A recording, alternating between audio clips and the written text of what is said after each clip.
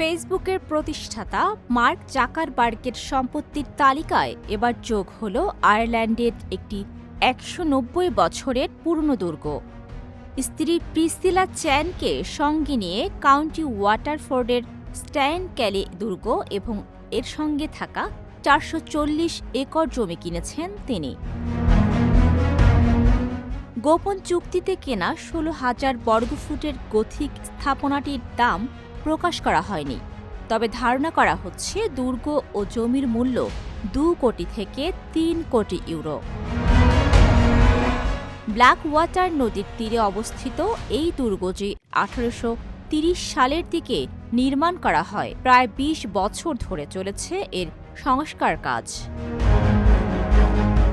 Zuckerberg ও চ্যান যুক্তরাষ্ট্রেই থাকবেন বলে ধারণা করা হলেও আয়ারল্যান্ডে গেলে এই দুর্গ ব্যবহার করবেন তারা।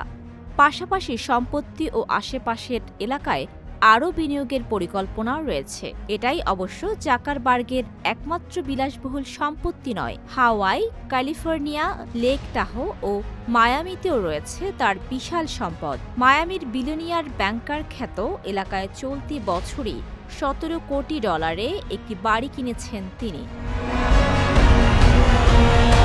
সায়মা রূপা, ফেস দ্য পিপল।